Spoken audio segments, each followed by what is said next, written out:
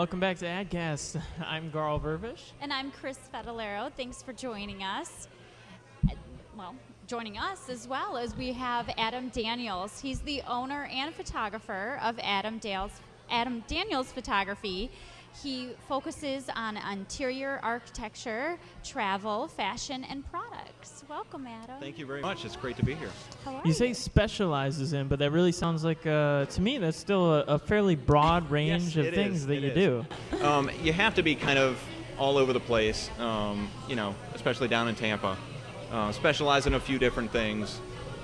It's not, you could find a niche, but that's typically more New York photographers and bigger market photographers, I think. You have to be really and I think that makes sense. It's true of the ad agencies in this area as well, as a lot of them are very rarely do you have a specialty. A few years ago, a lot had real estate, which, we know how that worked out. But, yes. For the most part, most places around here, most of the agencies, and I'm sure is that primarily who you work with? Is that agencies? Primarily, yeah.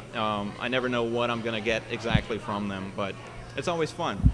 It could be one person, it could be a lifestyle shoot, products. You never know. Now, your photography is absolutely amazing, by the way. Thank you very much. I personally found especially interesting the portraiture and the how real and how just crisp and people that were like, I saw them as being proud of their wrinkles. Like that just drew me in. I'm like, oh, that's awesome. Yeah, they really have a story to tell. And I think you tell it beautifully. Thank you very much. Yeah, it's a process in post-production, a lot of that, but it's also correct lighting and everything in production as well. So tell me about that. You do a lot of, obviously you're a photographer, but you also have a graphic design background. I understand you went to the Savannah College of Art and Design, yes, as well as Tampa's IADT. How does that factor into what you do in your profession? Well, having a full knowledge of file formats and how things are laid out on pages and in magazines really gives a better, I know what I'm going into when I'm going into a photo shoot and shooting for a particular layout. I know how they're going to use it. I know how to process the files for the graphics person to interpret them and all that. But as well as the retouching, obviously. Is that something that you do yourself? Sometimes the client, I offer that. I always offer that. Sometimes they have an in-house retoucher. Okay. Other times, they want me to do it. So I like doing it because I can stylize the pictures myself, and that's where my, my stuff comes out. Correct me if I'm wrong, but I feel like I see your style in a lot of the shots. Yeah, it's definitely a stylized thing, and a lot of photographers, there's always some sort of post-processing you do to images, and usually through Photoshop, and I just use it as a tool. Absolutely. So. Now, you said you do products, and I looked at your website, very great, and I saw a lot of bakery items, little bread, and there was some cologne. Have we seen any of your work in a print ad? Well, you've seen not necessarily the food, but you've seen International Academy of Design's catalog. I shot that along with the director of photography at the college, so that was a team effort there. And then I shot the cover of Flair magazine a couple weeks ago. Oh, cool. Very cool. That's a local paper. Issue. Yeah, local magazine. Yeah. And what else is out there? There's some other stuff out there. I can't think right now. So is a lot of the work that we've seen more artistic? Because I know as well that you display in galleries. I've seen you in art shows before. Well, coming from a very artistic college, as of Savannah College of Art and Design, they teach mainly how to hang for galleries and a bunch of the fine art stuff. Whereas International Academy teaches more hands-on, how to use lights, all of that commercial photography, and it's great to have both of them because I can kind of mix match and really produce something that's cool. Cool. Can you tell me about your New Mexico photographs? Yeah. Which are stunning, by the way. Thank you. I've been shooting for Tampa-based Best magazine for a few years, and they sent me to a gentleman's house to photograph it. And I gave him some free prints of his house. And then he said, well, let me send you to Santa Fe, have you stay in my house and bring back some photos. Wow. I was like, okay. So, I went there, and it's just amazing, like 8-bathroom house, and I can't even count as many bedrooms. And just brought him back about 60 pictures. And, I'm sure when he sold the house, it was quite easy. But it was just great being out there. No humidity, Yeah. I loved it. It was pretty nice down there. Yeah.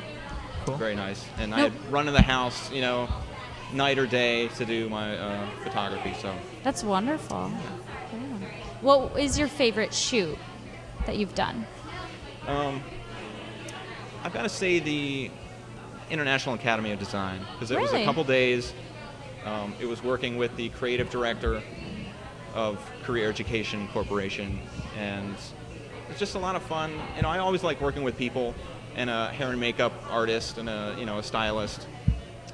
Just a whole team together. It makes everything look that much better. So. Now, we were chatting earlier, and you said you've only been holding a camera since 2001? Yes. Maybe? Wow. That's amazing. Yeah, it is. Absolutely. Thank you. Yeah, I never understood f-stops or shutter speeds. I think my friend at the time took an intro to photography class, and I said, hey, I want to try that. And I think I was an animation curriculum at the time, and I just jumped over to the dark side, as they call it there, Yep. and was hooked. That's ironic because I think when I went to art school as well, and I think when I was in an intro photography class, I think I probably convinced everyone around me to never do that because it is just so complicated to work with the analog equipment, especially if you're working with black and white, and lighting was the hardest thing, but I feel like digital has just made things so much more. I guess it's still complicated, but there's a lot of things that digital photography, a lot of possibilities that it's opened up for us. Could you talk a little bit about that? Definitely a lot more possibilities. I remember my first digital camera, and I took the shot, and bam, there it was. I could make my lighting adjustments without having to shoot, a Polaroid beforehand. But along with that comes, the learning curve with computers and, bigger and better cameras and all of that. I still miss the magic of the darkroom, the smells of the chemicals and everything. Making the camera out of an oatmeal box. Yes. Yeah, those were That's really intro neat. to photo right there. There you go. We didn't get into that. Yeah. I must have missed out. Photo Little- major, what can I say? Little pinhole cameras. Yep. But it just wasn't my thing. I was scanning everything and manipulating it in Photoshop, and then outputting it back to film to print it for class. Yeah. So I found IADT and started my digital photography there. Well, nowadays, you almost have to be a double major if you're doing digital photography. You almost have to get the graphic background, be a graphic designer as well. It's kind of a double whammy. Yeah, I think definitely through their curriculum you get that as you're going, and they may even have now a graphic design course for photographers. That would be great. So you get all of that. I would have loved that. Yeah, but you definitely learn that through the Photoshop classes. You learn how to deal with file formats. And that'd be Thanks cool. for joining us on the show. Well, thank you very much Great for having having you me. here. you. It's a pleasure to be here.